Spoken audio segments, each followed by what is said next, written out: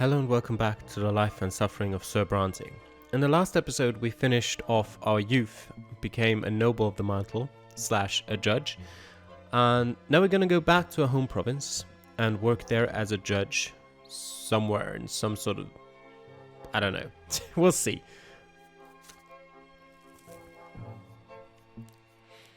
Yeah, the years of our youth are at an end. The time has come to leave the capital behind and return to your family and new business in your hometown of any sort.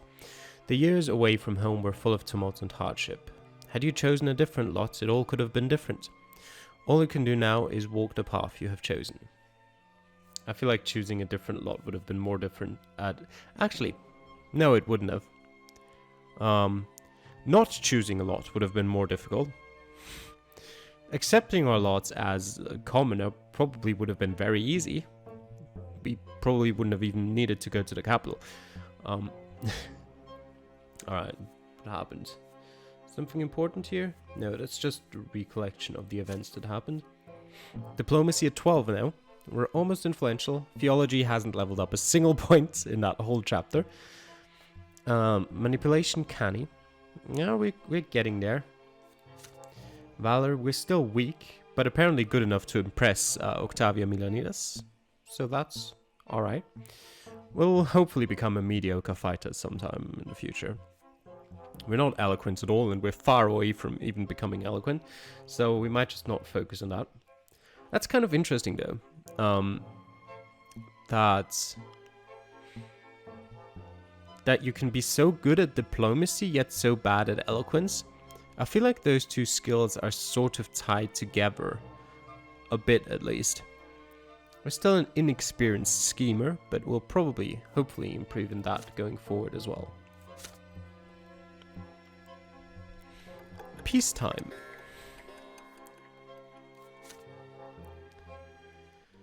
A full adult now, I returned from the capital a changed man.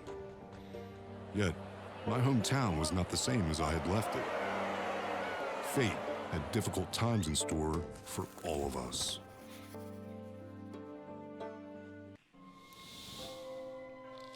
Chapter 4. Peacetime.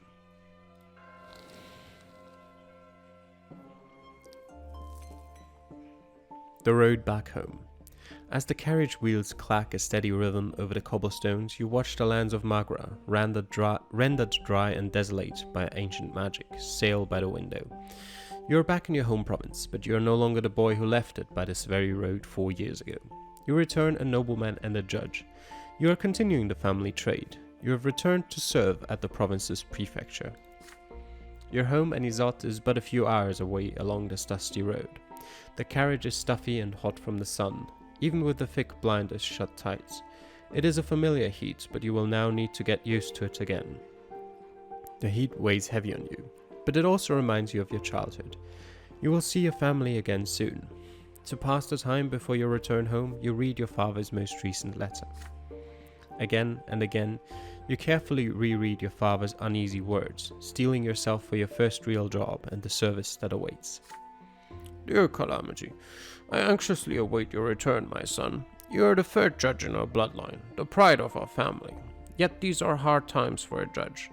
By the Emperor's decree, Archduke Tarquinius Milanidas is no longer the overseer of Magra. The new overseer is the Emperor's own brother, Gaius Tempest, and now our province has been split by enmity and strife between the Archduke and the overseer. The nobles have split into two factions, and so too have the commoners. Some side with the Archduke, loyal to their liege and determined to follow the traditions of old. Yet many judges and officials are eager to side with Gaius Tempest as the new overseer. Compared to his brother Cornelius, he is less radical and more cautious, but he too seeks to transform the empire and bring the estates to peace. Yet other Arcanians are outraged that Archduke Milanidas has been deposed. One among them is Dorius Otton, High Commander of Magra. Although Otton and his men are sworn to serve Gaius Tempest and follow his orders, it is no secret that his loyalty remains with the Archduke. While Gaius and the Archduke are at odds, there has been no open confrontation. Yet, I fear that patience may one day run dry. As for the judges at the prefecture, every day we deal with more and more litigation between nobles and commoners, yet there are no imperial laws that clearly formalize the rights of all free estates. Wisdom, honor, and conscience are every judge's best advisor these days. You made the choice to serve the law, and you will have your work cut out for you. You will answer directly to Prefect Augustine Elborn, a long-standing friend of the family. He needs strong allies now more than ever. With the support of people such as you and I, the Prefect intends to alter the fate of our province. I am looking forward to seeing you back in Anizot's Calamity. You put the letter back in your pocket. The walls of Anizot have finally emerged on the horizon. A challenging job at the prefecture awaits you. But first, you're going home.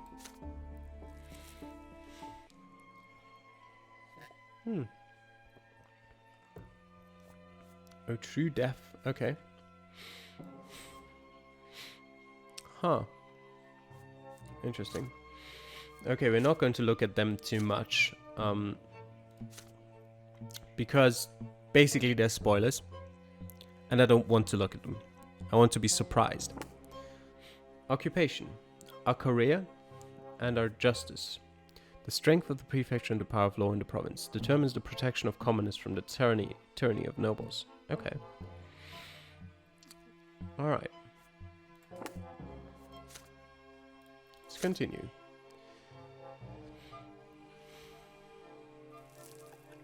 $11:38.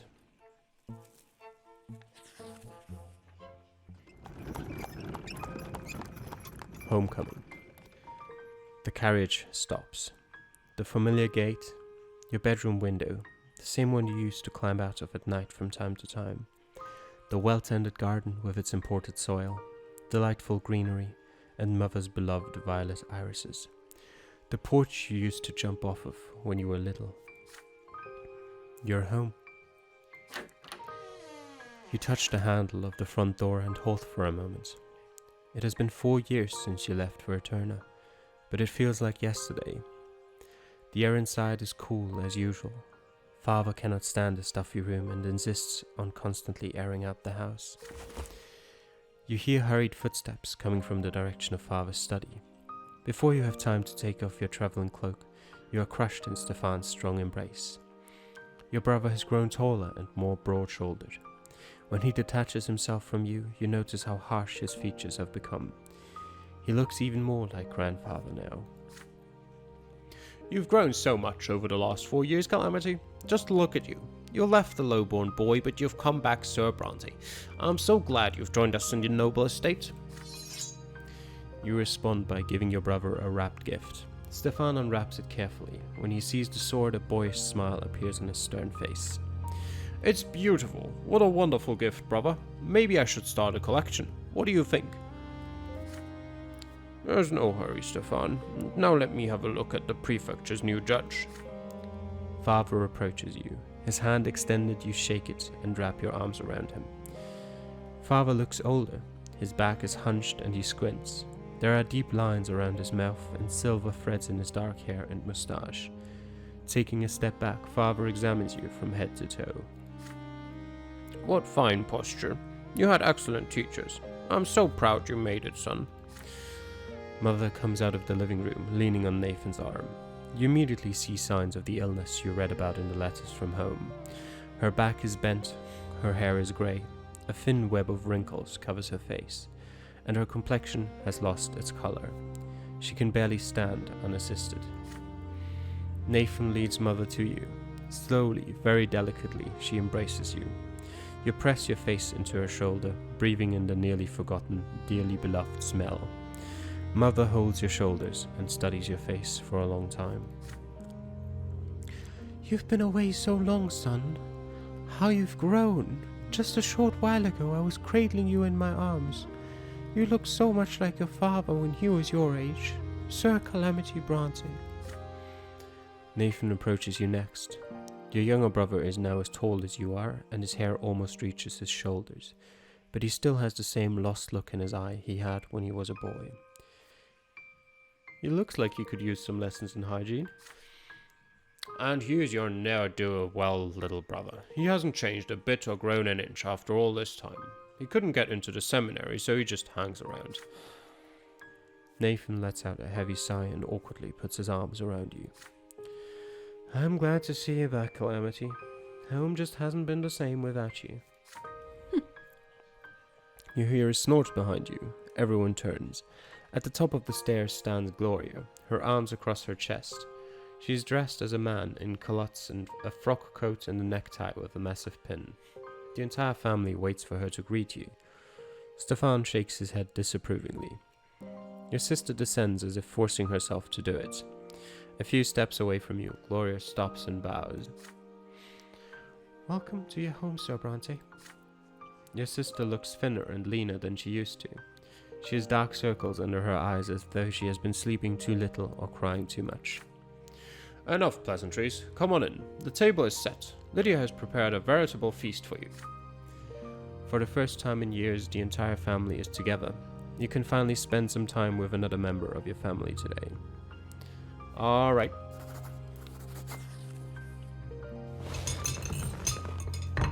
At the table, you try to ask Gloria about her life, but your sister dodges your questions.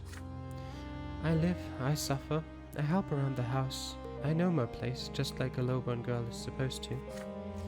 Then keep silent, Gloria. Your brother doesn't care about the affairs of commoners anymore. Instead, why don't you tell us if you've made any useful acquaintances, Calamity? Our family would benefit from some good connections right now. You have to relate the 4 years you spent in Eterna. Only later that night, when the family is getting ready for bed, do you manage to have a conversation with your sister by the smouldering fireplace. You're sure, Gloria, that your noble title will not come between you. She is still your sister. Gloria casts a wary glance at you. So your sword and title haven't changed you after all? Giving in to her feelings at last, Gloria buries her face in your shoulder. You caress your sister's disheveled locks. I really hope you'll always be my brother, Calamity. Mother, Nathan and I, we all seem to be unwanted in this house.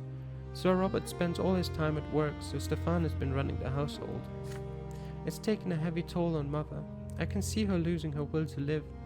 You know, at her age, she might pass away forever and not be reborn. She had to endure a lot before she met Sir Robert, and her illness is consuming her.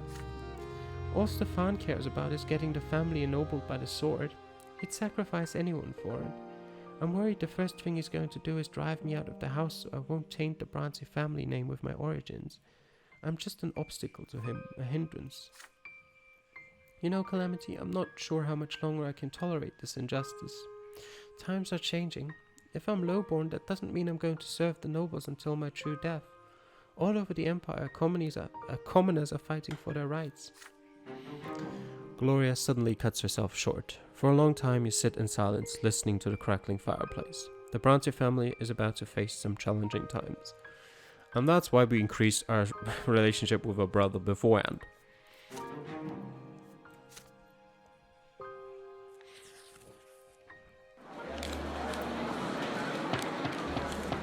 First day of service.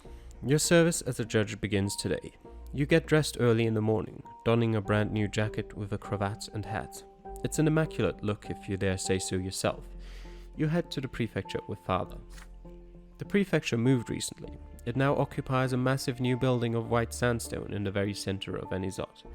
A stone statue looms above it, the sword of the younger twin, the divine law that directs worldly judgment.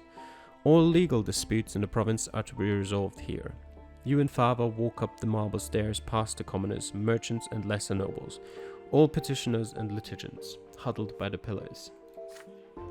Well now, my son, here you shall begin your service to the Empire, in the midst of the great struggle I told you about. If you don't mind a little advice, you will serve under Sir Elborn. Follow my example and stay close to your superior. He is a human of great worth and practically your relative. Oh, I remember him. You walk past the courtroom and up to the second floor, where judges work in their offices and receive petitioners. The corridors are many and narrow, filled with the smell of old papers and the sounds of muffled, mumbling voices and secretaries and gendarmes running to and fro. Father guides you down a corridor that ends with the door to Sir Elborn's office. Calamity, it is time for you to stand before the prefect. Remember the friendship between our families. You knock and enter. The spacious oak-paneled office is not without decoration, yet its adornments are tasteful and elegant rather than garish. The flag of Magra bearing the silver tree hangs on the wall. Behind an imposing desk sits Baron Augustine Elborn, surrounded by papers. His face wears a focused expression you recall from his visits in the past, although it is more wrinkled than you remember. He looks up and his face comes to life. He rises and extends a hand to you. Why, young Calamity Brante, what a pleasure it is to see you again. I see your years at the capital have turned you into a stately young man. I was told you proved yourself quite capable at the college. The city of Anisot needs worthy judges who know their craft now more than ever. Allow me to welcome you into service for the good of the Empire. I'm sure you already know the basics of judicial work. Serving at the prefecture, however, takes more than finding your way through our laws. Although they are quite labyrinthine and contradictory, there's no denying that. Anywhere you look in our province, you will see friction between the estates. Old noble blood, new nobles, rich commoners, poor commoners, they all have their legal disputes. And we judges work here to make sure this pot never boils over.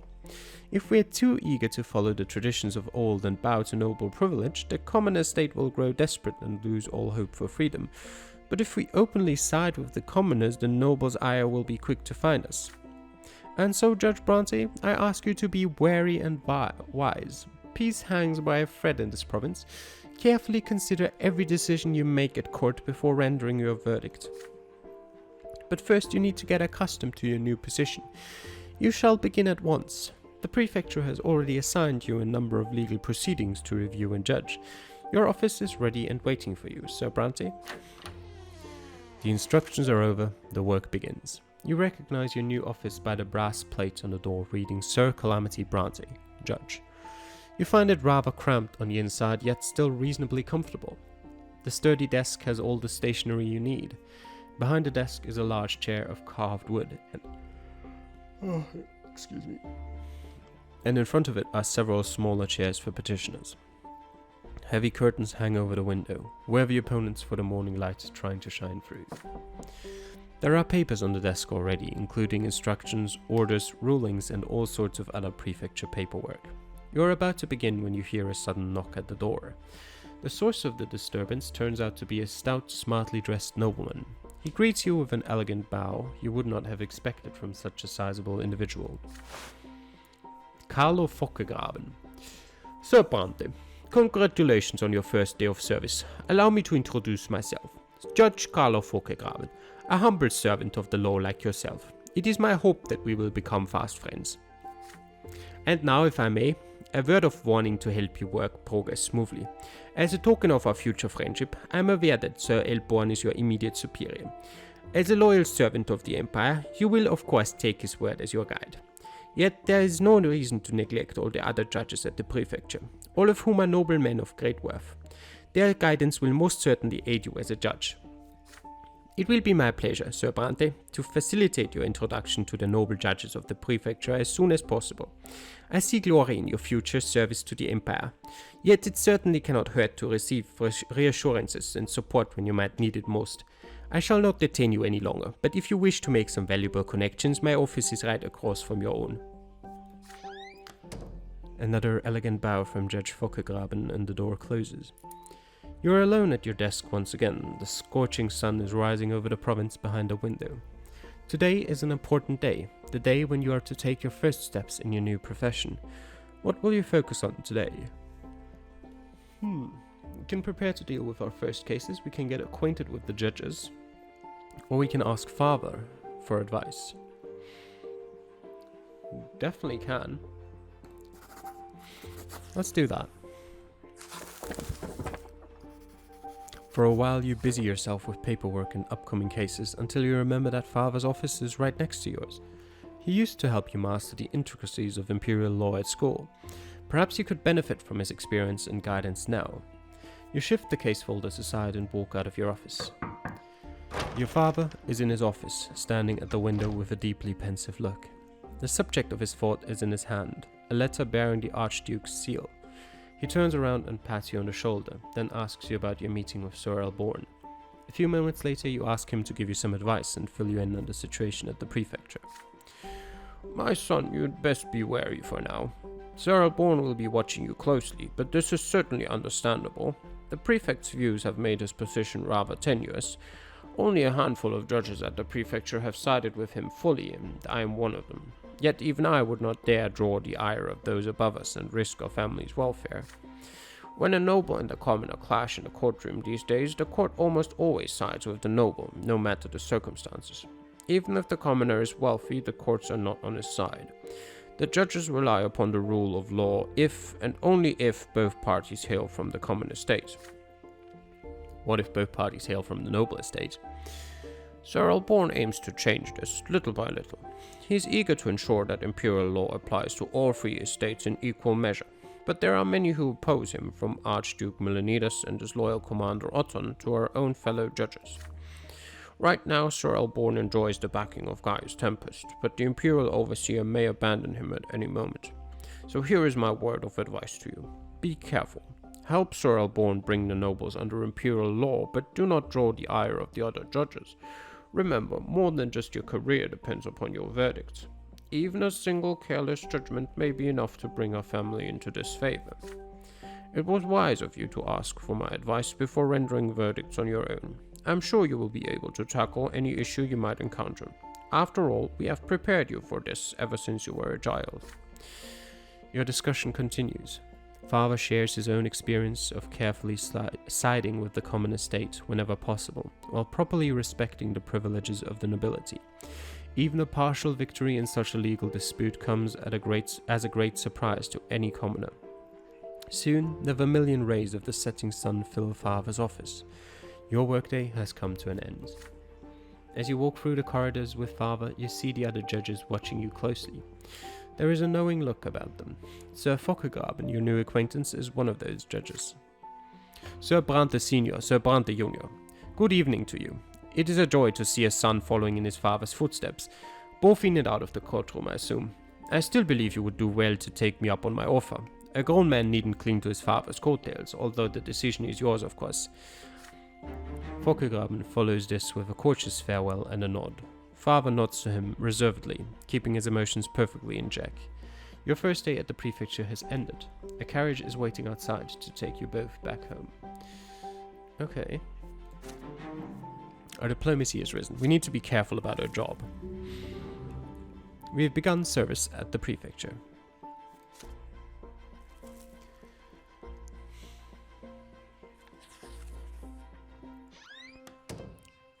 A reception at the Brante residence.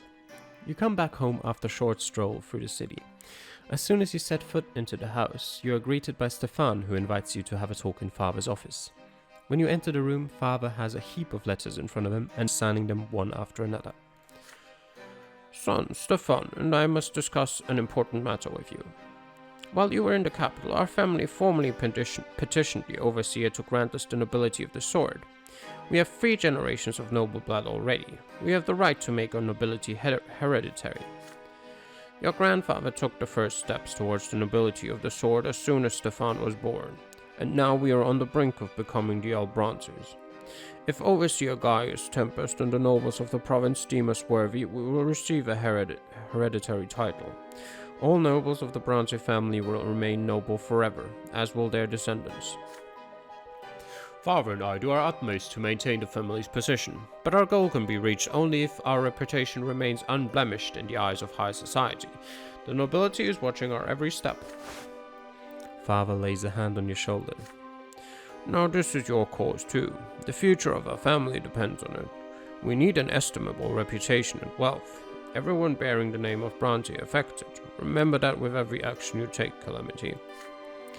You will have to appear before Anizot high society. We're going to host a reception for the nobility at our home soon. You must uphold the honor of our family, brother. You will relate the news from Eterna to our guests and present yourself in a favorable light. With Stefan at the helm, the entire family spends a full week preparing for the majestic reception. The house is flooded with decorations and new tableware. Delicacies are cooking in the kitchen round the clock, and the napkins now bear an embroidered oak branch in chains, the Brante family crest. Gloria is the only one to neglect the common cause. Were it up to me, I wouldn't be seen at this hypocritical gathering, but I don't want to let Sir Robert down. He's the only reason I plan to stay for the event. The evening of the reception has come.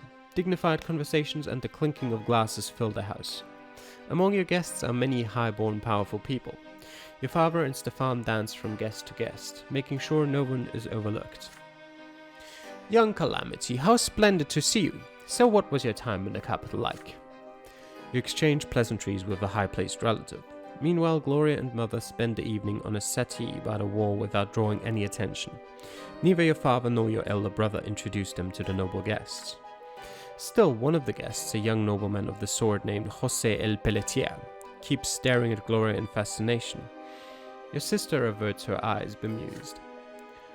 Lady Gloria, you are the true gem of the evening. You look so marvelously daring. I haven't seen your like even in the capital. When you walk past Gloria, you hear her hurried whisper. Calamity, please talk to me. This Sir El Pelletier keeps following me. I feel uneasy. What does he want from me? I'm just a lowly commoner. Come with me to the other side of the room, although I'll probably still stand out among all these refined nobles.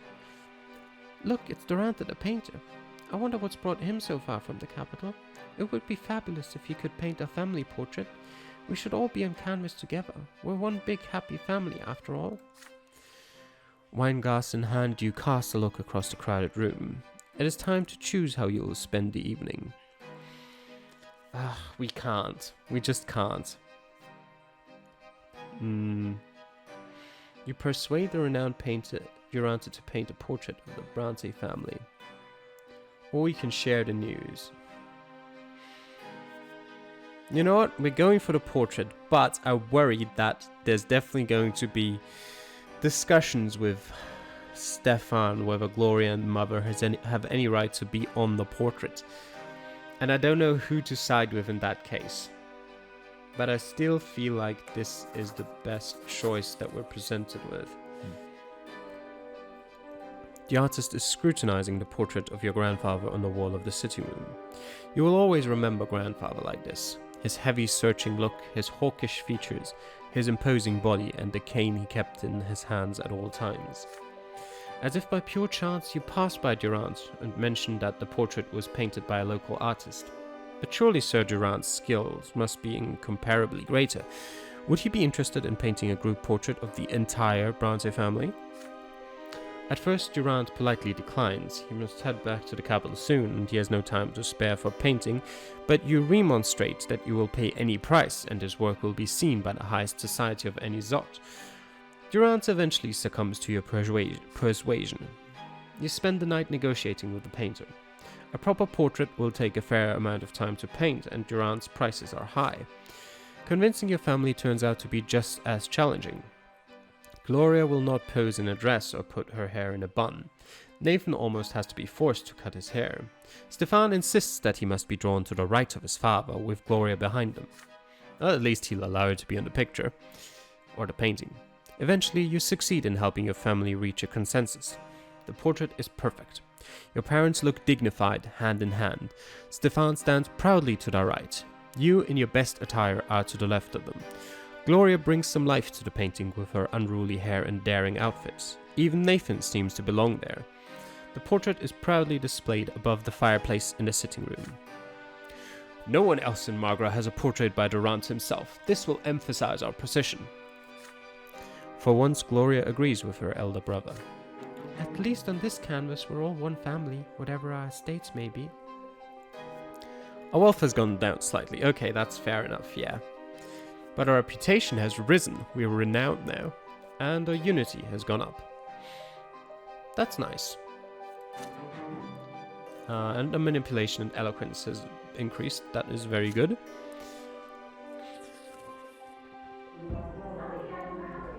A rock and a hard place. The Brante home has been uneasy for several months now. With father travelling all over the province for his judicial duties, the animosity between Stefan and Gloria has grown into a full-blown feud. Your elder brother tries to use his position as heir to keep his sister in check and make her behave in accordance with her estate. Gloria repudiates his authority. Their fights rock the house on a daily basis. Eventually, after returning from his latest trip, Father gathers Stefan, Gloria, Nathan, and you in his office. His somber look portends a difficult conversation. Stefan gazes at his father defiantly. Gloria is poised to lash out and run away. Nathan quietly keeps to the side. Children, for a long time now, our family has been striving to become nobles of the sword. Every noble member of the Brante family will gain a hereditary title. God, this word is so hard. This is your grandfather's dying wish. Gloria sighs loudly. Then why am I here, Sir Robert? She's right, this is a Brante matter. Wait until I finish, Stefan. I'm still the head of this household. If you're truly so concerned about honor, show your father some respect. It can't be helped, not all of us are noble. But now we must be united as never before. We must work together to protect the reputation and wealth of this family. But you, Stefan, perpetually humiliate Gloria. Father, all I'm trying to do is put her in her place. You know perfectly well the consequences of any attention Gloria might attract. Our every step is being observed. The nobles will make pariahs of our family for all eternity if they remember Gloria's filthy origins and your reckless marriage to Lydia. Father turns red in the face, but with considerable effort he remains composed. That is so. Our grandfather did everything in his power to remedy your mistakes. Please, Father, don't repeat them. Gloria speaks up. I'm just trying to live, Sir Robert, but Stefan wants to lock me in a cage so nobody will ever lay eyes on me. That's not it at all. You are lowborn, but you don't live by your lot. You do whatever takes your fancy. You're constantly grumbling about the order of things. Did you know, Father, that she defies all prohibitions by continuing to write poetry? As far as you're concerned, anyone who contradicts you is an insurgent. When will you grasp the idea that you may not argue with a nobleman? I am the heir of this family, and my word is your law. Purple with rage, Father slams his fist on the table. It is rare to see him so furious. Both your elder brother and sister instantly fall silent. Frightened, Nathan shrinks into a corner. Hold your tongues, both of you. Let Calamity speak. He has witnessed your quarrels. He should know best which of you is in the right. It needs manipulation over 12, or it needs to be more in favor of Gloria. That would have been such a good option. I would have definitely chosen this, but actually it would have reduced the wealth, which is not ideal either. We're not appealing to Nathan. Yeah, we're gonna have to defend Gloria. You turn to Stefan and abruptly point your finger at him. It's no wonder Gloria fights back so fiercely. Stefan torments and chastises her incessantly. If your elder brother stops smothering every impulse Gloria has, she won't resist so viciously. You're a family after all, not a pack of wild animals where the strong dominate the weak. Are you blaming me for our escapades, Calamity? Me who selflessly labors to preserve our family name? This is outrageous. Father, will you really heed to his advice? Purple with rage, Stefan clenches his fists. Father rises from his seat, eyeing his eldest son gloomily. Calamity is right. Stefan, you have overstepped your bounds. I took Gloria into my house, so you, my son, must respect her and be considerate of her. Your origins do not give you the right to put such pressure on your sister. Stefan rushes out of the office and slams the door behind him. Gloria cannot conceal her joy upon hearing you and Father chastise Stefan. The little tyrant, that'll teach him that what goes around comes around. I hope he leaves me be from now on. Soon, rumors start circulating in Anisot high society suggesting that you are orchestrating a plot against Stefan, the legitimate heir of the family. It is not hard to guess who starts those rumors. Stefan. Now the entire city knows that there is trouble in the Brante household. Okay, that's fine.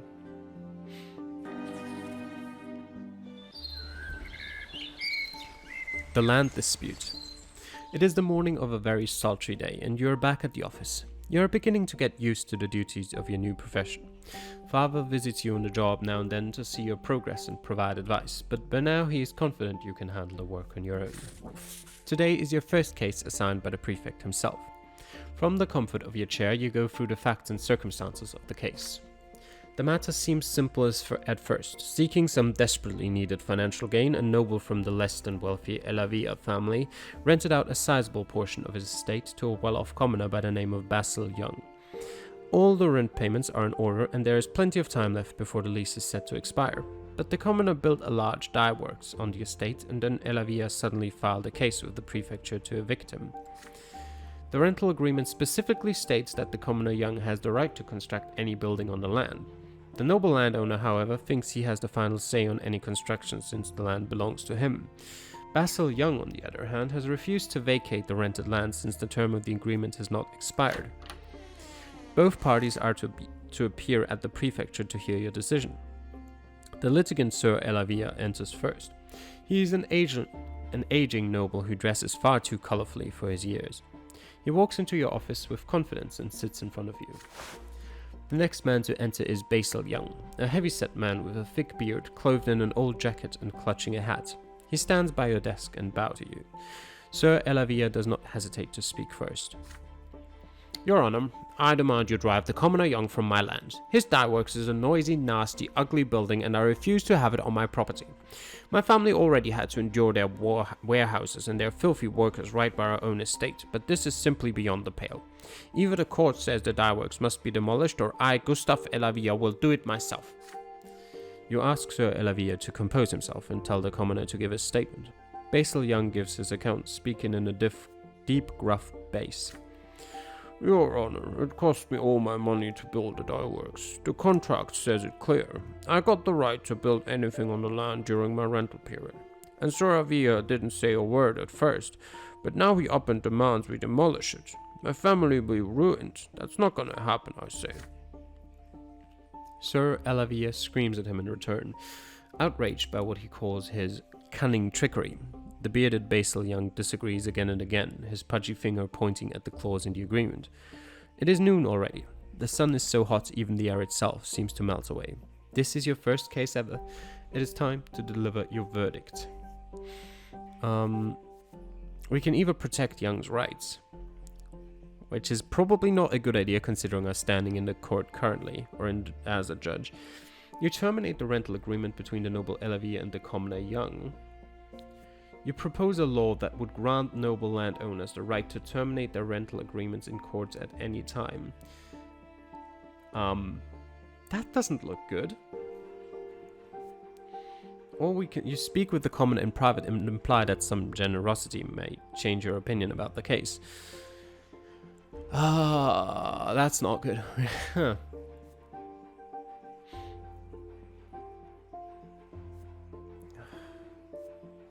This is a tough choice. This is heavily in favor of nobles, heavily in favor of commoners, sorry.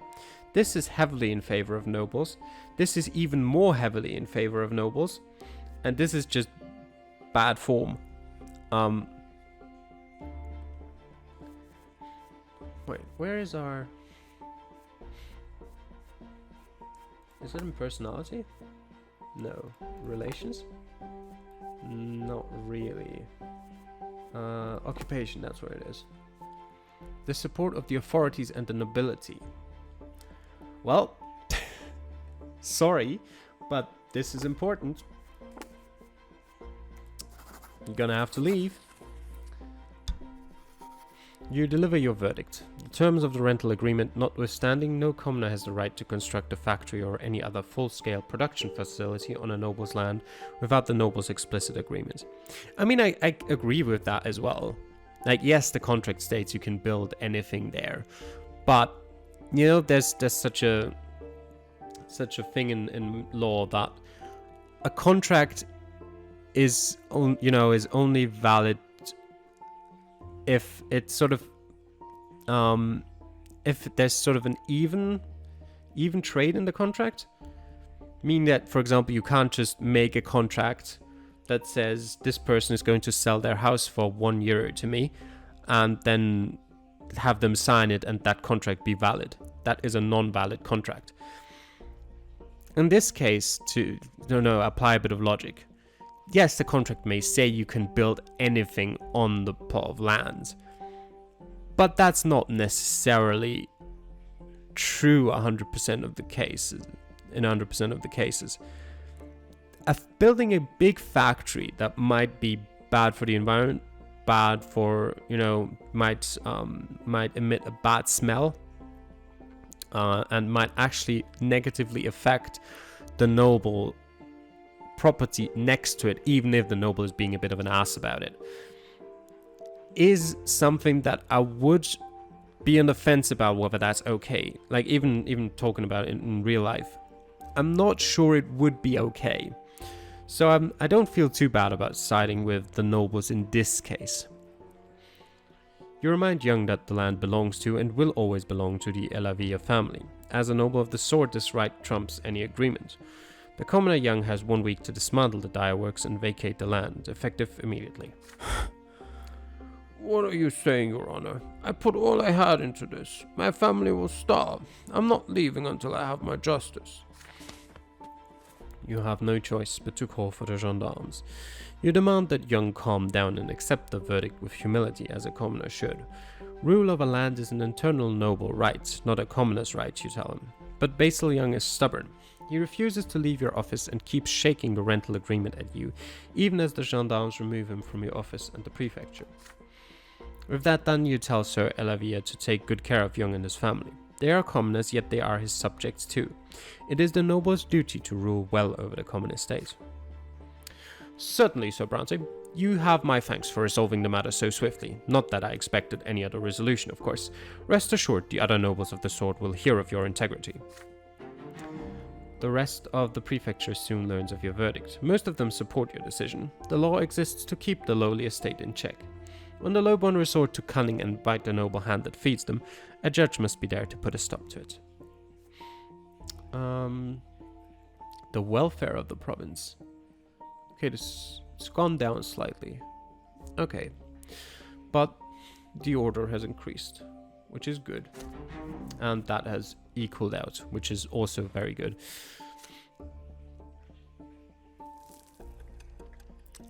$11.39.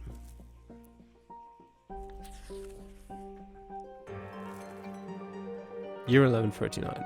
But that is where we're going to end this episode of the life and suffering of Sir L. Brante. Yep, thanks for watching. I'll see you guys next time. Bye.